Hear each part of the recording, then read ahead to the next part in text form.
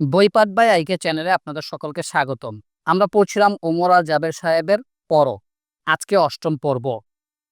আমাদের ছেলে মেয়েদের দিনে আজ থেকে 10 ঘন্টা স্কুল, কলেজ, ইউনিভার্সিটিতে আটকে রেখে বাংলা, ইংরেজি, গণিত, পদার্থ, রসায়ন, জীববিজ্ঞান সহ শখানেক বই গিলিয়ে তারপর আরও 4-5 ঘন্টা কোচিং সেন্টারের রিমান্ডে দিয়ে আমরা তাদের যা শেখাচ্ছি সেটা কি তাদের ভেতরের নফসকে নিয়ন্ত্রণ করতে শেখায়?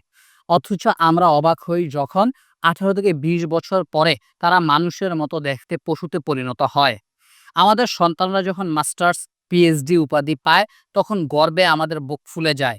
অথচ এই ডিগ্রিগুলো কিভাবে কম সময়ে আরো বেশি টাকা কামানো যায় এটা ছাড়া আর কিছুই শেখায় না। পাশ্চাত্যের কারিকুলাম অনুসরণ করে তৈরি করা ডিপ্লোমা, বিবিএ, বিএসসি, এমবিএ ডিগ্রিগুলোর একটাও কি আমাদের শেখায় কিভাবে একজন আদর্শ স্বামী অথবা স্ত্রী হতে হয়, কিভাবে একজন আদর্শ মা বাবা হতে হয়, কিভাবে একজন আদর্শ সন্তান হতে হয়? যেসব মানুষ মনে করে তাদের বানানো আইন ও নীতি আল্লাহ তাআলার দেওয়া আইন এবং নীতি থেকে বেশি কাজের, তাদের একটা সহজ যুক্তি বোঝা উচিত।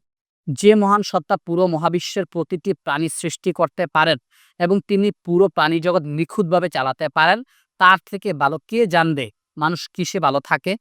যখন পুরো ইউরোপ অন্ধকারে ডুবেছিল তখন এক অশিক্ষিত বর্বর আরব জাতি ইসলামের শিক্ষা পেয়ে নৈতিক এবং সামাজিকভাবে ন্যায়, ইনসাফ এবং কল্যাণ প্রতিষ্ঠার ভিত্তিতে পৃথিবীর সবচেয়ে উন্নত জাতি হয়ে গিয়েছিল। ইসলামের প্রথম কয়েকশো বছরের সাফল্যের ইতিহাস তাই বলে। মানুষ যত খারাপ অবস্থায় থাকুক না কেন তাকে নৈতিক এবং সামাজিকভাবে সংশোধন করে আইন শৃঙ্খলা এবং ন্যায় বিচার বাস্তবায়ন করতে যে ইসলামের আইন এবং নৈতিকতা কতখানি সফল সেটা প্রথম প্রজন্মের আরব মুসলিমদের ইতিহাস দেখলেই পরিষ্কার প্রমাণ পাওয়া যায়। ওয়াইদা কিলা লাহুম আমিনু কামা আমানান নাস ক্বালু আনুমিনু কামা আমানাস সুফাহা আলা ইন্নাহুম হুমুস সুফাহা ওয়ালাকিন লা ইয়ালামুন।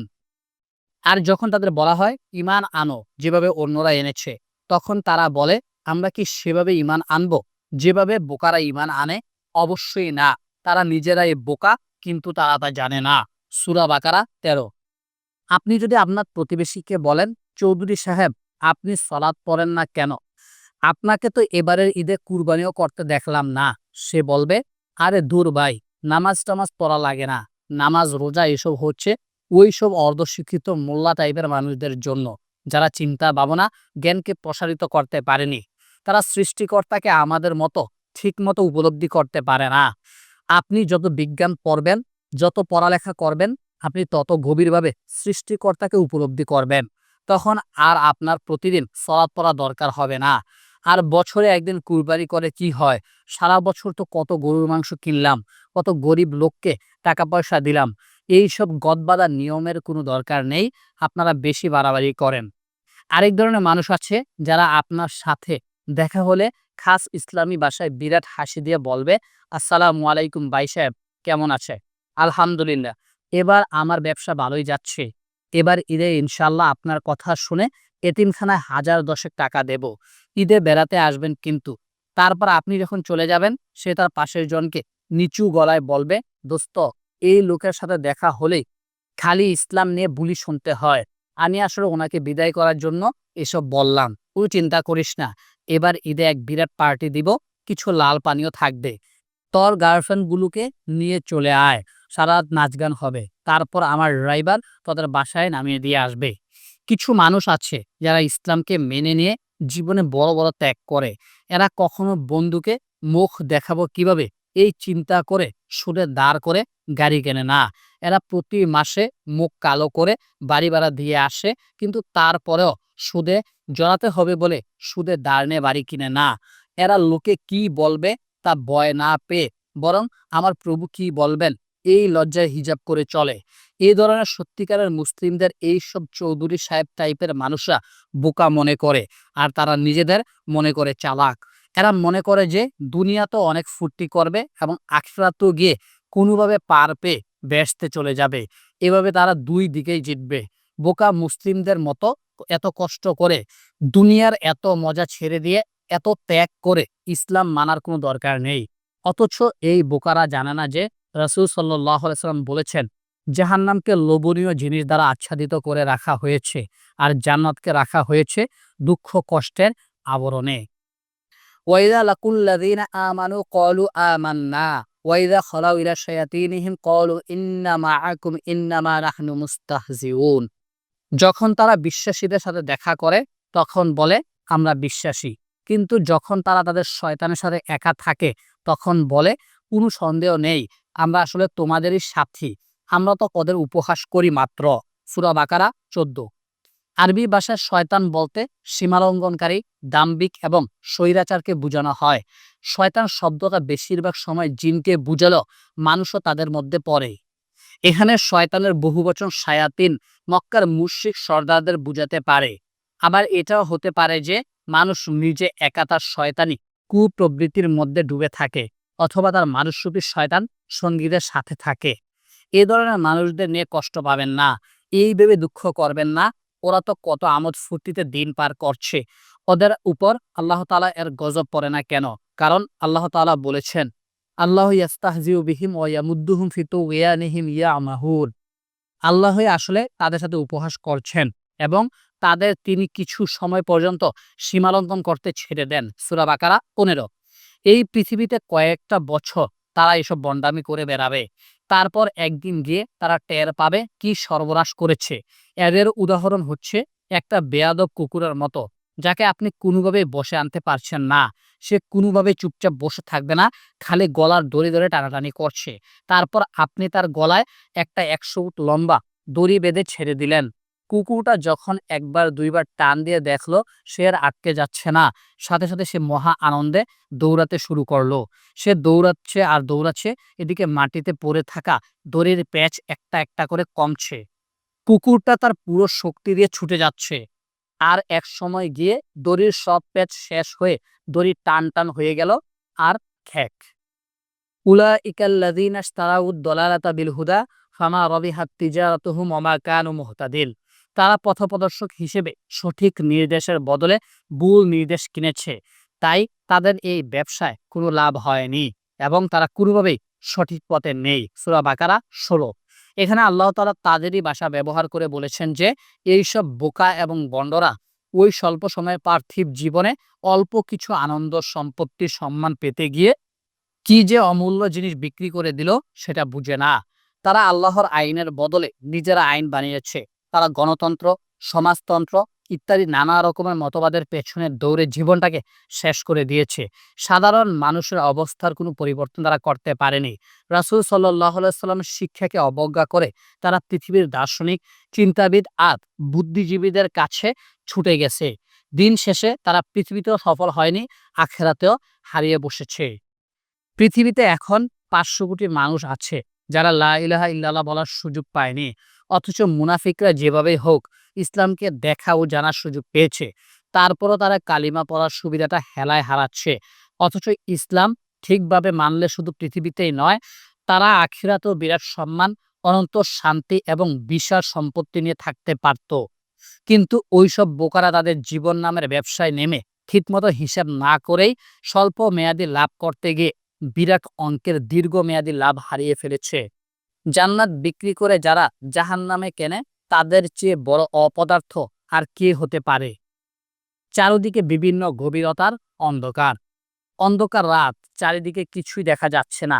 একদল মানুষ চেষ্টা করছে আলো জ্বালানোর। যখন আলো জ্বলে উঠলো আর চারপাশ আলোকিত করে তুলল এবং তারা সামনে যাওয়ার জন্য তৈরি হতে নিল, তখনই হঠাৎ করে চারদিকের আলো নিভে গেল। তারা আবার অন্ধকারে ডুবে গেল। প্রচন্ড ঝড় হচ্ছে, মুষলধারে বৃষ্টি পড়ছে। এরই মধ্যে হঠাৎ হঠাৎ বিদ্যুৎ চমকিয়ে চারদিক কিছুক্ষণের জন্য আলোকিত করে দিচ্ছে। এর মধ্যে একদল মানুষ পথ চলার চেষ্টা করছে।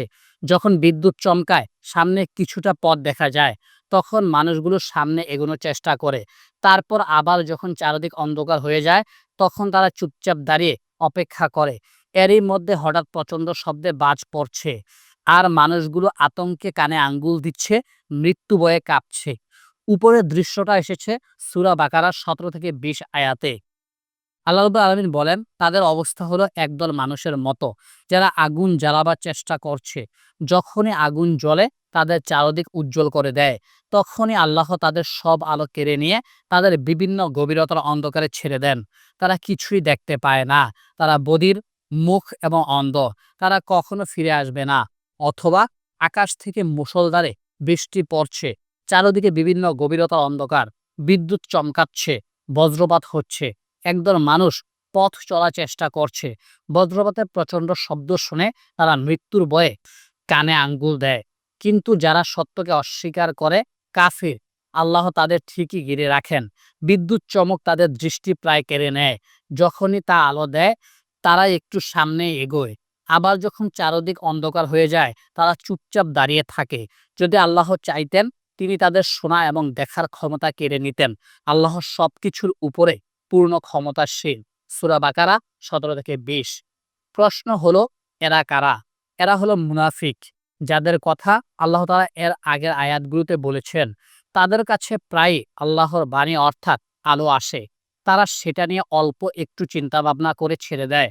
আল্লাহ তাআলা এর বাণী শুনে বুঝে নিজেদের জীবনে পরিবর্তন আনার কোনো চেষ্টা তাদের মধ্যে নেই। এ কারণে আল্লাহ তাআলা শাস্তি হিসেবে তাদের সত্যকে দেখে তা উপলব্ধি করার ক্ষমতা একসময় কেড়ে নেন। তাদের তিনি বধির, মুখ এবং অন্ধের সাথে তুলনা করেছেন। কারণ তাদের মস্তিষ্কের সঠিক ব্যবহার না করতে করতে তাদের সত্য শোনার ক্ষমতা নষ্ট হয়ে গেছে। তারা বধির। তারা নিজে থেকে মানুষকে ডেকে সত্যকে জানার চেষ্টা করে না। তারা মূক। তাদের চোখের সামনে সত্য থাকলেও তারা সেটা দেখে না দেখার ভান করে। তারা অন্ধ। তাদের আর কোনোভাবে ভালো হওয়ার সম্ভাবনা নেই। এখন অনেকে ভাববেন, আল্লাহ তাআলা যদি তাদের দেখার ক্ষমতা কেড়ে নেন, তাহলে তারা আর কিভাবে ঠিক পথে আসবে? এটা কি অন্যায় না যে আল্লাহ তাআলা নিজেই তাদের দেখার ক্ষমতা কেড়ে নিচ্ছেন? এই আয়াতটি নিয়েও অমুসলিমরা মহা খুশি। তারা এই আয়াতটি দিয়ে মুসলিমদের প্রায় আক্রমণ করে। দেখো তোমাদের আল্লাহ কেমন! সে একদিকে মানুষকে ভালো হতে বলে, অন্যদিকে তার কথা না শুনলেই সে মানুষের দৃষ্টি কেড়ে নেয়। মানুষের ভালো হওয়ার সব সুযোগ বন্ধ করে দেয়। এই ধরনের কথায় মুসলিমরা ভাবতে পারেন, তাই তো আল্লাহ দেখে আসলে মুনাফিকদের ভালো হওয়ার সব পথ বন্ধ করে দেন। এটা কেমন কথা হলো? আপনার মনে হতে পারে, আল্লাহ তাআলা যদি মুনাফিকদের দৃষ্টি কেড়ে নেন, তাহলে তাদের দোষ কি? তারা তো ইচ্ছা করলেও ভালো হতে পারবে না। মুনাফিকরা তাদের মস্তিষ্কের সঠিক ব্যবহার না করতে করতে তাদের মস্তিষ্কের সত্য মিথ্যা পার্থক্য করার ক্ষমতা নষ্ট করে ফেলেছে। মানুষ যদি ৬ মাস তার হাত পা ব্যবহার না করে, তার পায়ের পেশি লুকিয়ে যায়, তখন সে আর দাঁড়াতে পারে না। একইভাবে মানুষ যদি মস্তিষ্কে যথেষ্ট ব্যবহার না করে, তা বোতা হয়ে যায়। নিউরনগুলো অকার্যকর হয়ে যায়। মানুষের মাথা, গ্রে ম্যাটার, যাকে আমরা চলিত ভাষায় মগজ বা ঘিলু বলি, কোটি কোটি নিউরনের সমষ্টি। এরা গাছের মতো লম্বা হয় এবং শাখা প্রশাখা ছড়ায় এবং একে অপরের সাথে যোগাযোগ করে। মানুষের তথ্য মনে রাখা এবং বিশ্লেষণ করা নির্ভর করে নিউরনের এই দুটি বৈশিষ্ট্যের উপরে। আল্লাহ এদের এমনভাবে তৈরি করেছেন যে মানুষ যত বেশি পড়বে ও চিন্তা করবে, মানুষের মেধা ততই বাড়বে, যে কোনো বয়সেই বাড়বে। এ কারণে আল্লাহ তাআলা কোরআনের শত শত উপমা, দৃশ্য, আগেকার দিনের ঘটনা, নানা ধরনের রহস্য দিয়ে রেখেছেন। যারা মানুষ কোরআন বারবার পড়লে তার চিন্তার শক্তি বাড়ে, কল্পনা শক্তি প্রখর হয়, সত্য মিথ্যা পার্থক্য করার ক্ষমতা বাড়ে। মানুষ যখন তার সত্যকে উপলব্ধি করার ক্ষমতা ব্যবহার করে না, সত্য জানার পরেও সেটা মেনে নিয়ে নিজেকে পরিবর্তন করার চেষ্টা করে না, তখন ধীরে ধীরে তার নিজের পরিবর্তন করার ক্ষমতা একসময় নষ্ট হয়ে যায়। ব্যাপারটা অনেকটা টিভি দেখার মতো, যেখানে মানুষের মাথা কাজ করে না, নিষ্ক্রিয় হয়ে যায়। এই নিষ্ক্রিয়তার একটা পর্যায়ে মানুষ দেখেও দেখে না, শুনেও শুনে না, কথা বললে বুঝে না। মানুষের মস্তিষ্কের এই স্বাভাবিক প্রক্রিয়াটি আল্লাহরই সৃষ্টি। তিনি মানুষকে এভাবে বানিয়েছেন। মানুষ মাথা খাটিয়ে সত্যের দিকে যাবে না নিজের সাথে প্রতারণা করবে, সেটা একান্তই তার ইচ্ছে। একটা ব্যাপার মনে রাখতে হবে, আমরা যখন কোনো কিছু করি, আমরা আমাদের চিন্তার স্বাধীনতা ব্যবহার করে করার ইচ্ছা করি। কিন্তু প্রকৃত কাজটা হয় আল্লাহর তৈরি প্রাকৃতিক নিয়ম, বস্তু এবং শক্তি দিয়েই। যেমন আমরা যখন খাই, আল্লাহই আমাদের খাওয়ান। কারণ খাওয়ার জন্য যেসব খাবার, হাত দিয়ে সেই খাবার তোলা, সেই হাতকে নিয়ন্ত্রণ করার পেশি, মস্তিষ্ক, স্নায়ুতন্ত্র, খাবার খাওয়ার জন্য মুখ, চিবানোর জন্য দাঁত, হজমের জন্য পরিপাকতন্ত্র, সবকিছুই আল্লাহ তাআলা তৈরি করে দিয়েছেন। এবং সবকিছুই তিনি নিয়ন্ত্রণ করেন।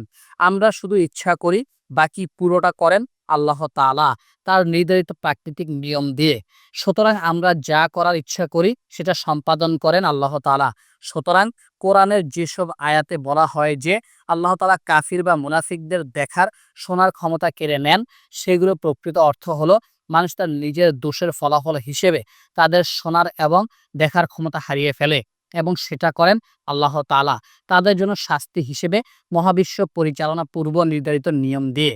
এই আয়াতগুলোর প্রথম অংশে আল্লাহ তাআলা আমাদের এক ধরনের মুনাফিকদের কথা বলেছেন, যারা চেষ্টা করে আগুন জ্বালিয়ে মানুষকে পথ দেখানোর।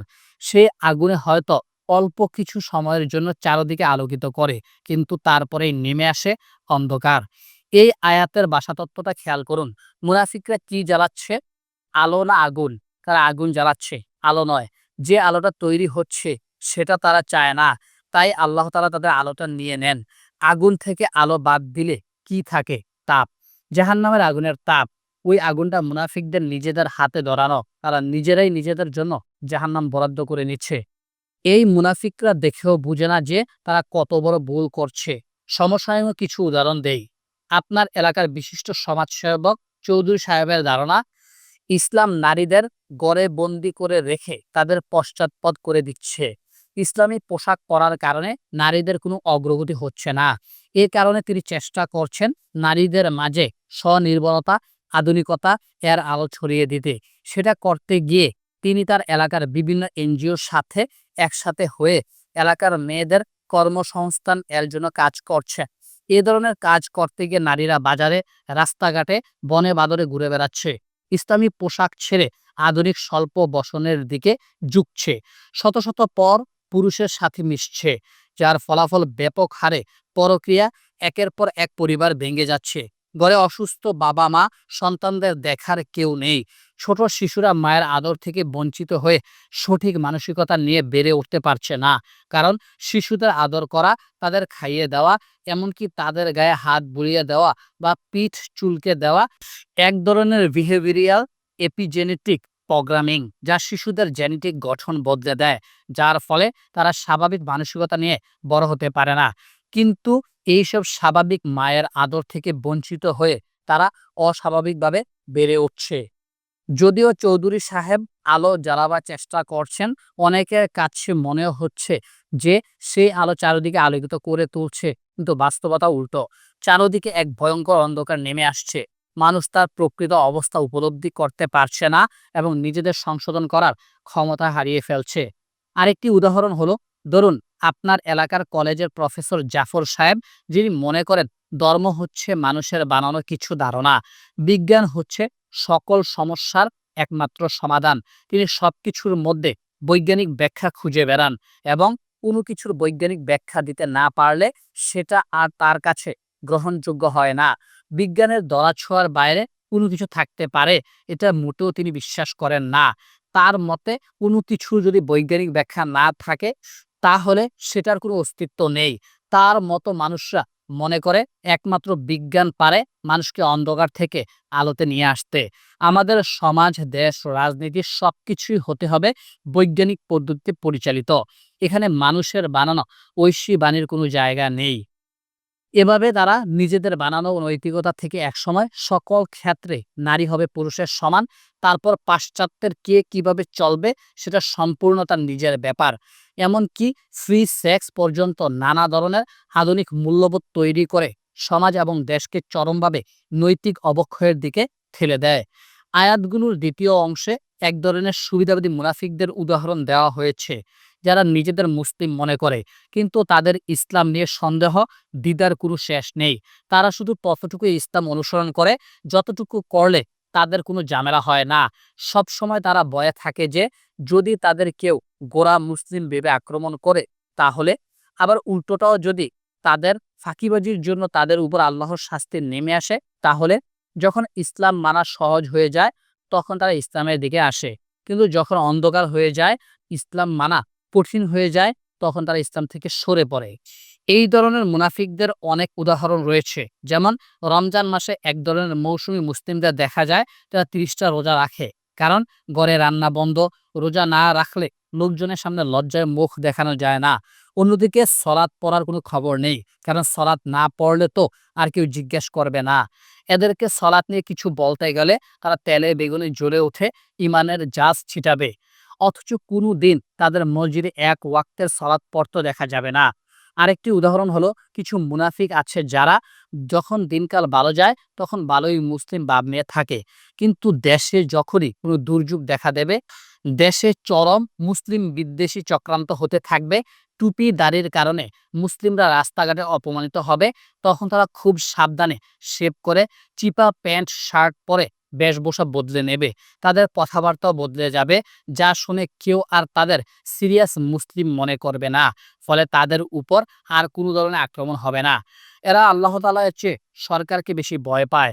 যান বাঁচানো ফরজ, এ ফালতু মিথ্যার অজুহাতে ইসলামের অনেক ফরজ ছেড়ে দিতে এদের আপত্তি থাকে না। এ ধরনের অনেক রাতারাতি ভুল পাল্টানো মুসলিম আমরা আজকাল বাংলাদেশে অনেক দেখতে পাই। মুসলিম দেশগুলোতে যখন ইসলামের উপর আক্রমণ শুরু হয়, তখনই এ ধরনের মুনাফিকদের আসল চেহারা বের হয়ে আসে।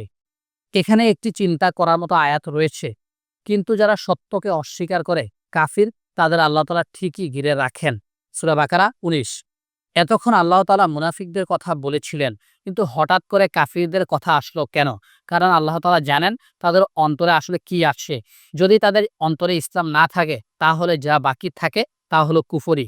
তারা জেনে শুনে আল্লাহ তাআলার বাণীকে অস্বীকার করছে। তারা খুব ভালো করে জানে যে আল্লাহ তাআলা কোরআনে বলেছেন ৫ ওয়াক্ত সালাত পড়তে হবে, কিন্তু তারা পড়বে না। তারা খুব ভালো করে জানে যে আল্লাহ তাআলা বলেছেন যাকাত দিতে, গরিবকে যথাসাধ্য সাহায্য করতে, কিন্তু তারা তা করবে না। নিজেদের চলাফেরা, কাজকর্মে, আরাম আয়েশে কোনো সমস্যার সৃষ্টি হয়, কোনো বড় ত্যাগ স্বীকার করতে হয়, এরকম কোনো কাজ তারা করবে না। এ ধরনের মানুষদের বাইরে থেকে দেখতে মুসলিম মনে হতে পারে, কিন্তু আল্লাহ তাআলা জানেন তাদের অনেকের ভেতরে আসলে যা আছে তা হলো কুফরি। এই আয়াতগুলোতে ব্যবহার করা হয়েছে এমন উল্লেখযোগ্য কিছু শব্দ নিয়ে বলি। যেমন আল্লাহ তাআলা এই আয়াতগুলোতে জুলুমাত ব্যবহার করেছেন, যা একটি বহুবচন। এর অর্থ বিভিন্ন গভীরতার অন্ধকার। আল্লাহ তাআলার দৃশ্যকল্পটি কি অসাধারণ দেখুন। একে তো রাত অন্ধকার, সে রাতে যদি মেঘ থাকে, তাহলে চাঁদ বা তারার কাছ থেকে পাওয়া আলো আর থাকছে না। আর বৃষ্টি যারা মেঘ মানে তো দিনেও গুটগুটে অন্ধকার হয়, রাতে তাহলে কি হবে? যখন আলো জ্বলে, মানুষের চোখ সে আলোর সাথে নিজেকে সইয়ে নেয়। হঠাৎ করে যদি আলোটা চলে যায়, তবে চোখের কাছে অন্ধকারটা আরো প্রকট হয়ে ধরা পড়ে।